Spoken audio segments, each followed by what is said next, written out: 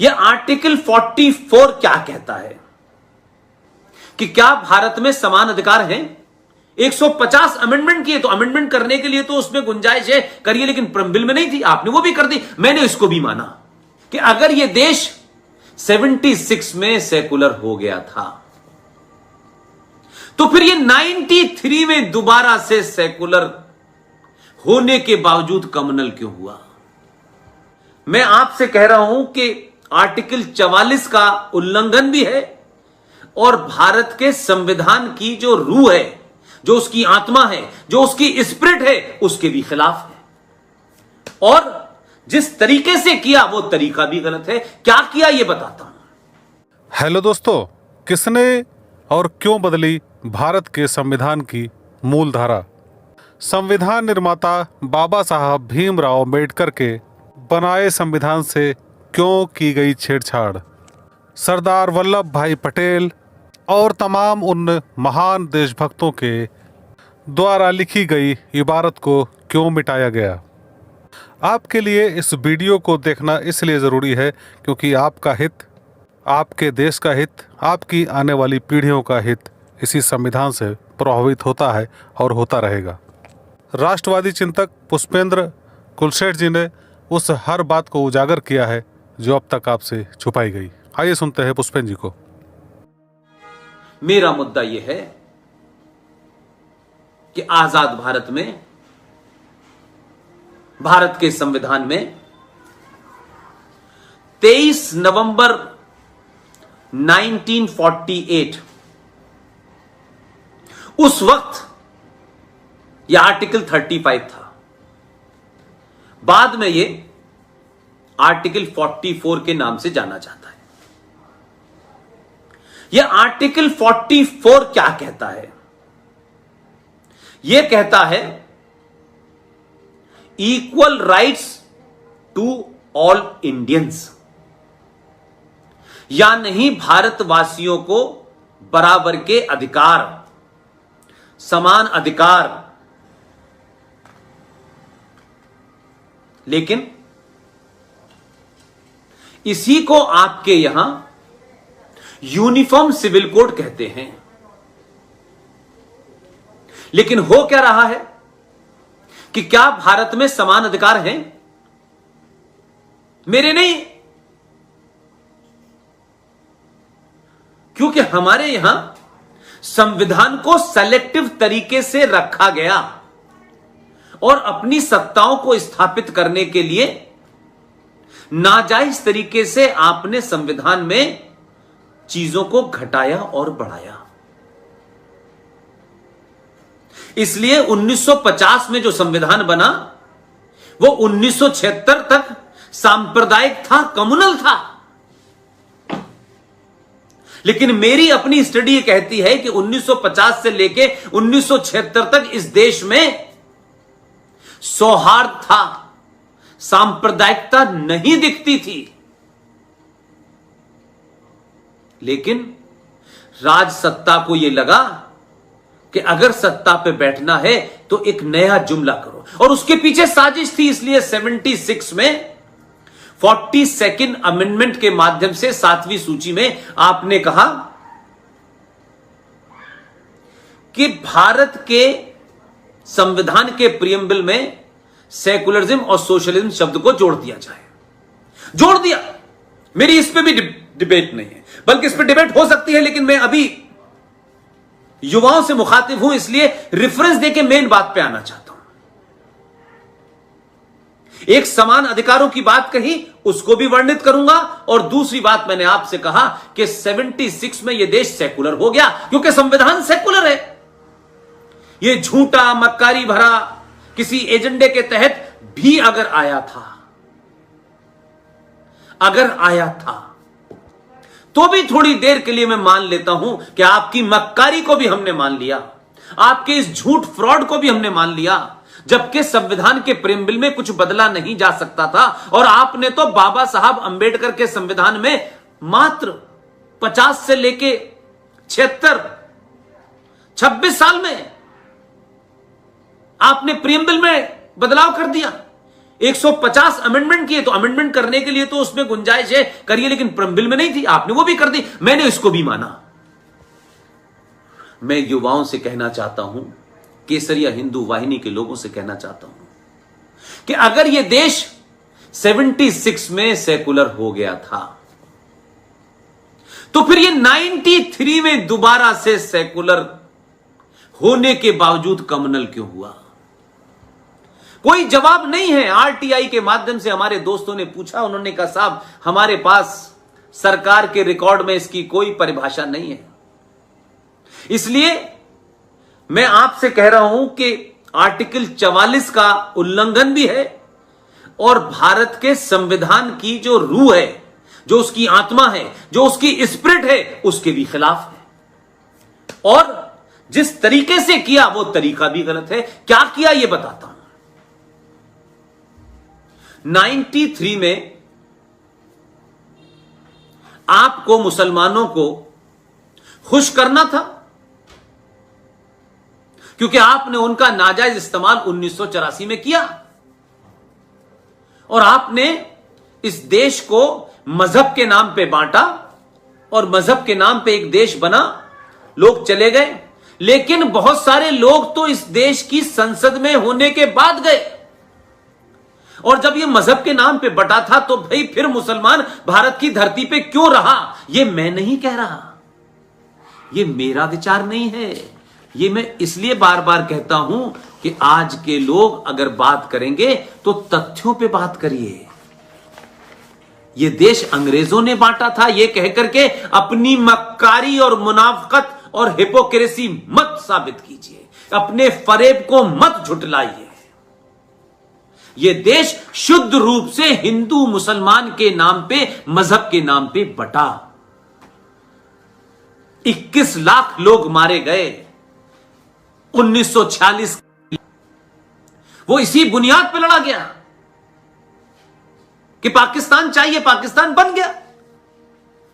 ये बात भारत का सबसे ईमानदार, सच बोलने वाला, निडर, सत्ता की लालसा और लालच से परे, ये बात मैंने नहीं कहा, यह बात उसने कहा कि जब भारत का विभाजन हिंदू और मुसलमान के नाम, मजहब के नाम पे रहा था, फिर भारत में एक भी मुसलमान क्यों रहा और क्यों रखने दिया, यह मैंने नहीं कहा। इस आदमी का नाम है डॉक्टर भीमराव अंबेडकर,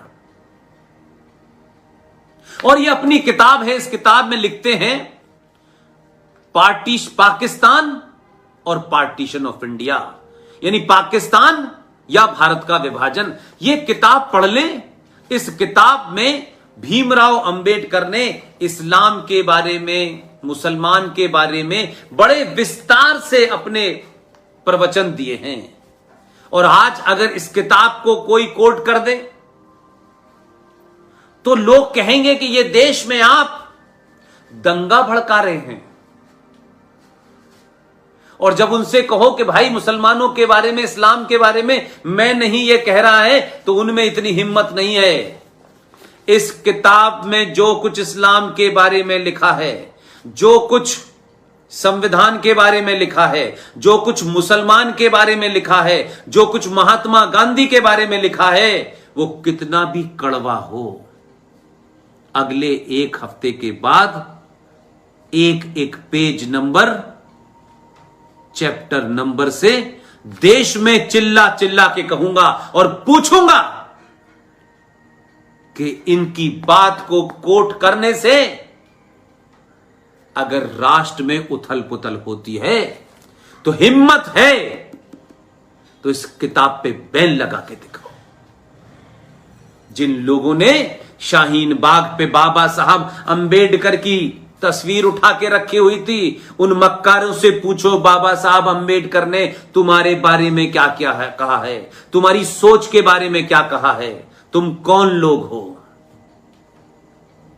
लिहाजा ये जो आर्टिकल 44 हमें समानता की बात कहता है, यह समानता 1993 के अंदर जब बाबर की बनाई हुई एक नाजायज मस्जिद जो उस वक्त के हिंदुओं का, इस भारत में जो सनातनी थे, उनके मॉरल को चोट पहुंचाने के लिए, उनके आत्मसम्मान को चोट पहुंचाने के लिए आपने बड़े बड़े मंदिरों को तोड़ करके गुम्मद बना करके ऊपर आपने मस्जिद बनाई। और एक नहीं 30,000 अनजानी मस्जिदें को ऊपर मंदिरों के ऊपर मस्जिद बनाई। लेकिन आपने काशी में भी यही किया, मथुरा में यही किया।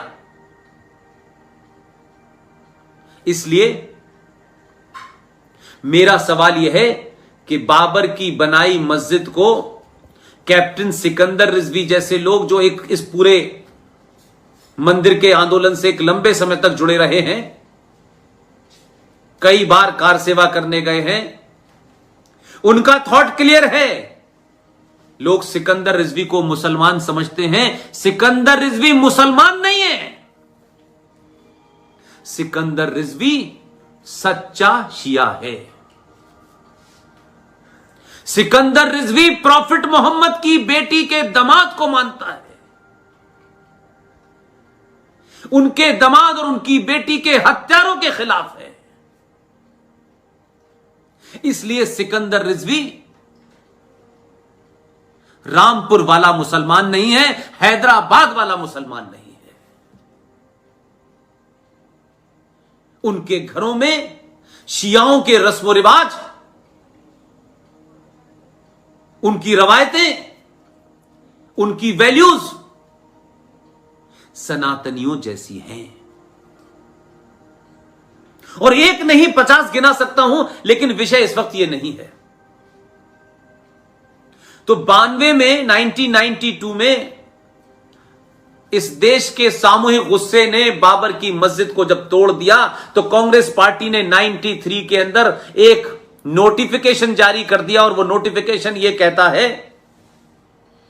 कि इस देश में मुसलमान, ईसाई, पारसी, बौद्ध और सिख, ये 5 लोग माइनॉरिटी में हैं। लिहाजा इनके लिए अलग से सुविधाएं होनी चाहिए। और सुविधाएं क्या होनी चाहिए कि एक माइनॉरिटी कमीशन बनना चाहिए। जो मुसलमान इस देश में 20 से 22% है, वो माइनॉरिटी है। जो 2.5% सिख है, वो भी माइनॉरिटी है। जो मात्र 50,000 हैं पारसी, जिन्होंने कभी कोई स्कॉलरशिप और ये माइनॉरिटी कमीशन के माध्यम से सरकारों ने ज़कात देने का जो काम किया है, ये भारत के टैक्स पेयर के पैसे को लुटाने का काम किया है, क्योंकि उन्हें वोट बैंक की चिंता है। तो पारसी बेचारा ने तो आज तक एक पैसे का कोई लाभ ही नहीं लिया, खामिखा उनको वहां डाल दिया गया। ये बताने के लिए कि देखिए, अगर क्योंकि बांटना था ना, 1984 के बाद सिखों से बदला लेना था, तो आपने सिखों को एक अलग मजहब घोषित कर दिया। पारसी खामिखा आ गए। और ईसाइयों को भी इस देश में बहुत ज्यादा कुछ नहीं चाहिए था, क्योंकि ईसाइयों के तो माता पिता यहां से आए थे, लूटा था उन्होंने कई सौ सालों तक, और उसके बाद उन्हें छोड़ गए थे। तो ठीक ठाक दौलत है इस देश में, दूसरे नंबर की जमीन उनके पास है। लेकिन मेरा विषय दूसरा है कि आपने माइनॉरिटी कमीशन बनाया, तो 76 में जो भारत सेकुलर था और आर्टिकल 44 के तहत सबके राइट बराबर थे, तो आपने समाज को बांटा और सत्ता की मलाई कुछ लोगों को दी, उन्हें मजबूत किया। तो आपने 22% मुसलमानों को भी माइनॉरिटी माना और 50,000 पारसियों को भी माना और 2.5% सिखों को भी माना। मेरा कहना है माइनॉरिटी कमीशन एक फ्रॉड है, इल्लीगल है, अनकॉन्स्टिट्यूशनल है। इसे तत्काल तौर पे समाप्त किया जाना चाहिए, क्योंकि यह भारत के बहुसंख्यक समाज में भेद पैदा करता है। ऐसा लगता है कि सिर्फ इस देश में मुसलमान सबसे ज्यादा कमजोर है, लेकिन स्थिति बिल्कुल विपरीत है।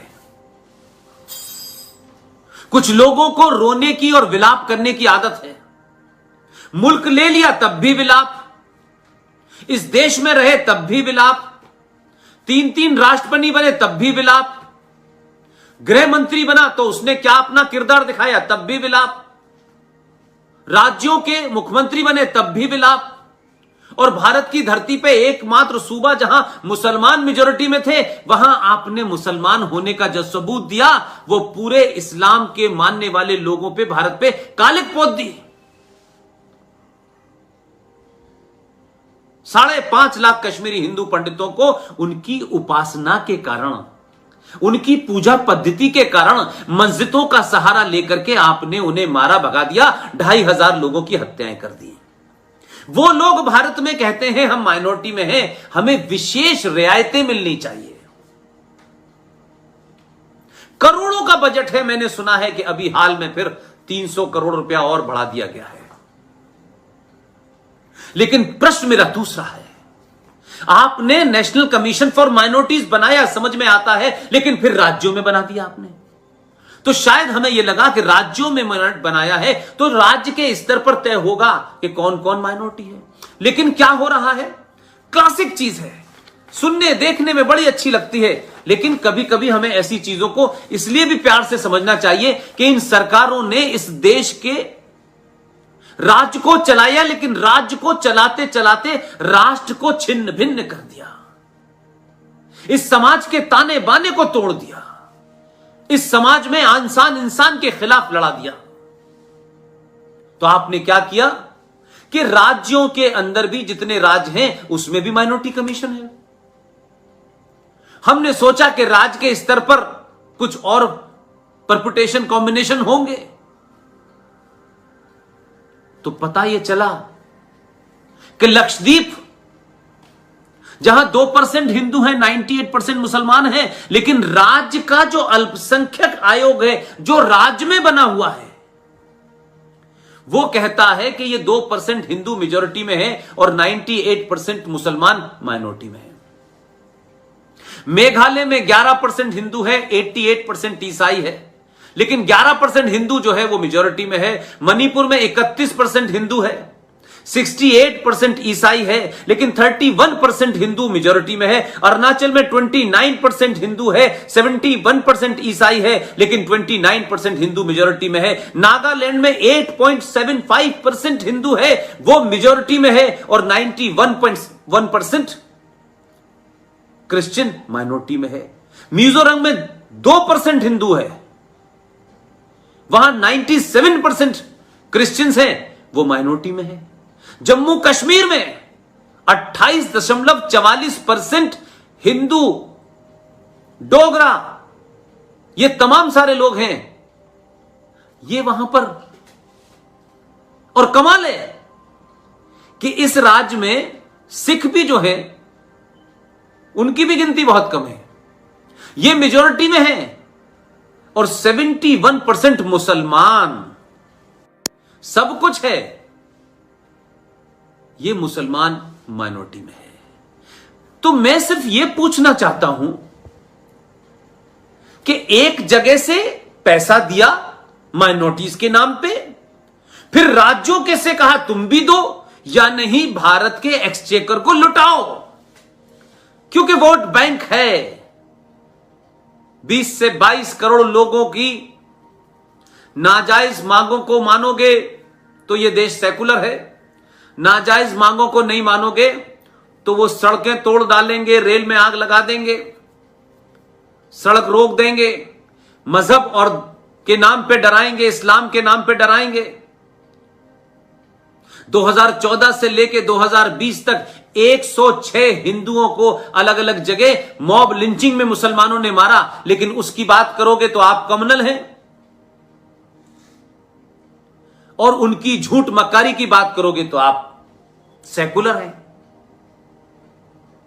लेकिन मैं दूसरी बात पूछता हूं कि 2014 में किसने जैन से कहा कि नहीं, आपने जैनियों को भी कहा कि नहीं अब आप भी चले जाइए। आपने हिंदू समाज को तोड़ा, एक दूसरे के खिलाफ खड़ा किया आपने।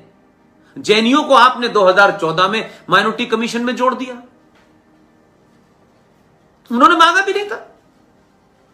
लेकिन इसमें हो क्या रहा है कि जो मक्कार मुसलमान कश्मीर का है, जहां पिछले 70 सालों में उन्हीं का वजीर आला होता था, कभी उन मुसलमानों ने भी शिया को वजीर आला नहीं बनाया। कभी इस देश में शियाओं को उस तरीके की तरजीह नहीं दी गई। माइनॉरिटी कमीशन में जब आएगा तब ज्यादातर ऐसे ही लोग आएंगे, और विद इन माइनॉरिटी में आप सुन्नी वहाबी, जो आतंकवादी है, जो जिहादी है, जिसकी मानसिकता भारत के खिलाफ है, आप उसको प्रमोट करते हैं, उसको पैसा देते हैं। अगर यह माइनॉरिटी कमीशन बनना भी है तो मेरी इसमें दो मांगे हैं। या तो इसको निरस्त किया जाए, क्योंकि यह भारत के संविधान की मूल भावना के खिलाफ है, सेकुलरिज्म के खिलाफ है, आर्टिकल 44 के खिलाफ है। और अगर आपने ये मजबूरी और बीमारी पाल ही ली है तो मुसलमानों को माइनॉरिटी कमीशन से बाहर कीजिए, और पूरे देश में शियाओं की गिनती 3.5% है, मात्र 3.5% शिया हैं। उनका कंट्रीब्यूशन फौज में देखिए, उनका कंट्रीब्यूशन एजुकेशन में देखिए। ये शिया भी इस वहाबी सुन्नी के शिकार हैं।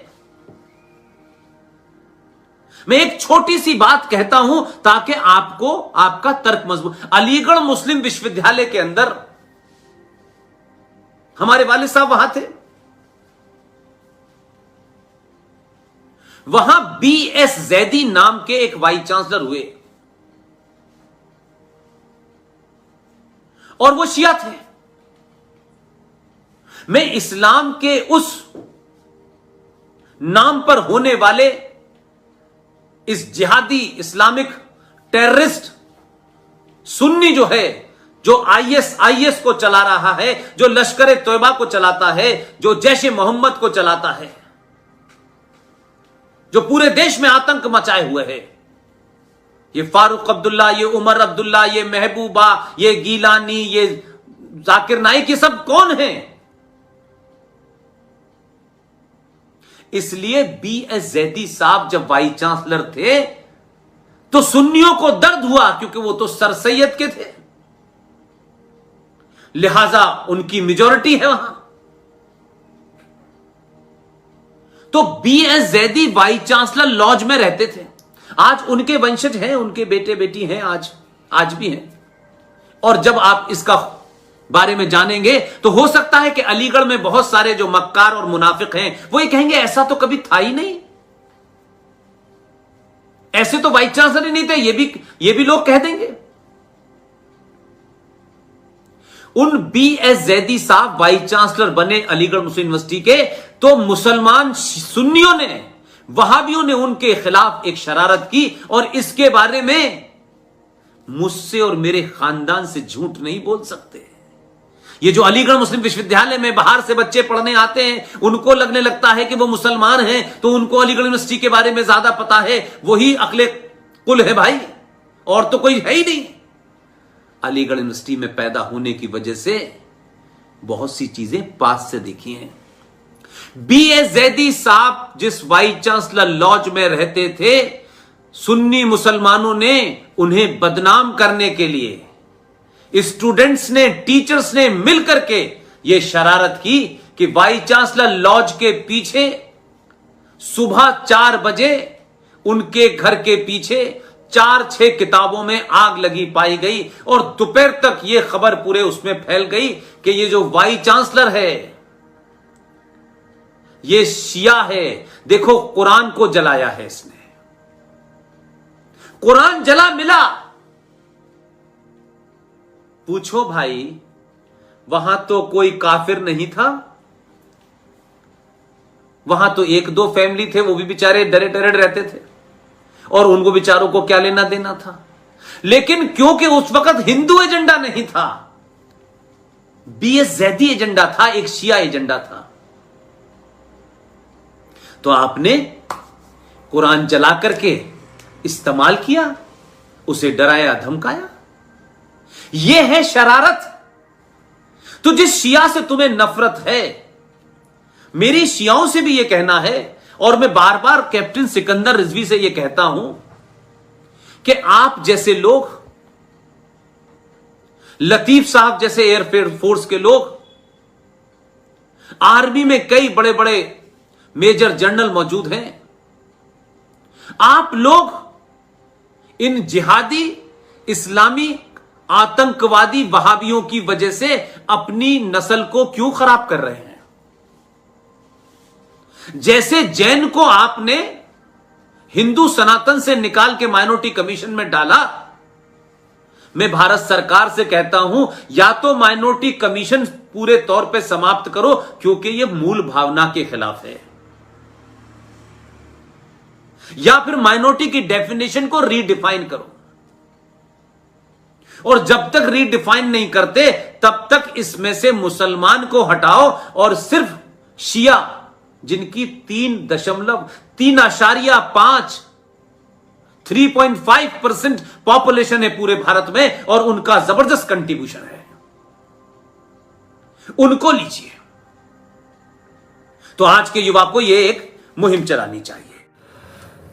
दोस्तों, पार्टी विशेष के परिवार का, खानदान का एक मंत्र है, सत्ता, सत्ता, किसी प्रकार से भी सत्ता। और यह लोभ इतना बुरा होता है कि फिर अपने स्वार्थ और सत्ता के आगे न देश दिखता है, न धर्म दिखता है, न संस्कृति दिखती है, और न ही कानून, नियम, संविधान दिखता है। कुछ लोगों का कद इतना बड़ा हो गया था कि वे देश, संविधान और सबसे ऊपर हो गए थे। तभी तो उन्होंने सरदार वल्लभ भाई पटेल, बाबा साहब और तमाम अन्य क्रांतिकारियों, तमाम अन्य राष्ट्र सेवकों के सपनों के संविधान को बदलकर सेकुलर शब्द शामिल किया। जबकि आप जानते हो कि भारत से बड़ा, भारत देश के निवासियों से बड़ा सेकुलर कौन हो सकता है? सदियों सदियों से यहाँ हर संस्कृति, हर धर्म, हर संप्रदाय के लोग फलते फूलते रहे। सबको यहाँ आने का, रहने का, बसने का, कुछ भी करने का, रोजगार, व्यवसाय, पूजा पाठ करने का, व्यापार करने का सारा अवसर यहाँ भारत में मिलता रहा है। आपने देखा किस तरीके से सनातनी हिंदू भगवान के नाम पर कोई भी प्रतीक हो, उसका पूजा पाठ, उसकी श्रद्धा शुरू कर देते हैं। इस भावना का बहुत खिलाफ इस्तेमाल किया गया। देश के बंटवारे के सिर्फ 2 दशक बाद ही संविधान में सेकुलर शब्द डालकर संविधान की मूल आत्मा को खत्म करने की कोशिश की गई। देश को फिर उस लिबरलिज्म की राह पर, सेकुलरिज्म की राह पर, तुष्टीकरण की राह पर ढकेल दिया गया। उसके बाद 1976 के बाद किस तरीके की राजनीति इस देश में 2014 तक की हुई, आपने देखा। बांटो, फूट डालो और राज करो, जिसके परिणाम में कश्मीर से लेकर कन्याकुमारी, रामपुर, कैराना जैसे सैकड़ों पाकिस्तान, मिनी पाकिस्तान बनने भारत में ही शुरू हो गए। सनातनी साथियों, यह अवसर संभवतः आपके पास आखिरी है। अब नहीं चेते तो शायद कभी नहीं। आपने पुष्पेंद्र कुलशेठ जी को सुना, आप उनके विचारों से सहमत हैं तो हमारे चैनल अखंड हिंद को लाइक करें, सब्सक्राइब कर लें और शेयर ज़रूर कर दें साथियों। फिर मिलेंगे अगले अंक में, तब तक के लिए नमस्कार, जय हिंद, वंदे मातरम।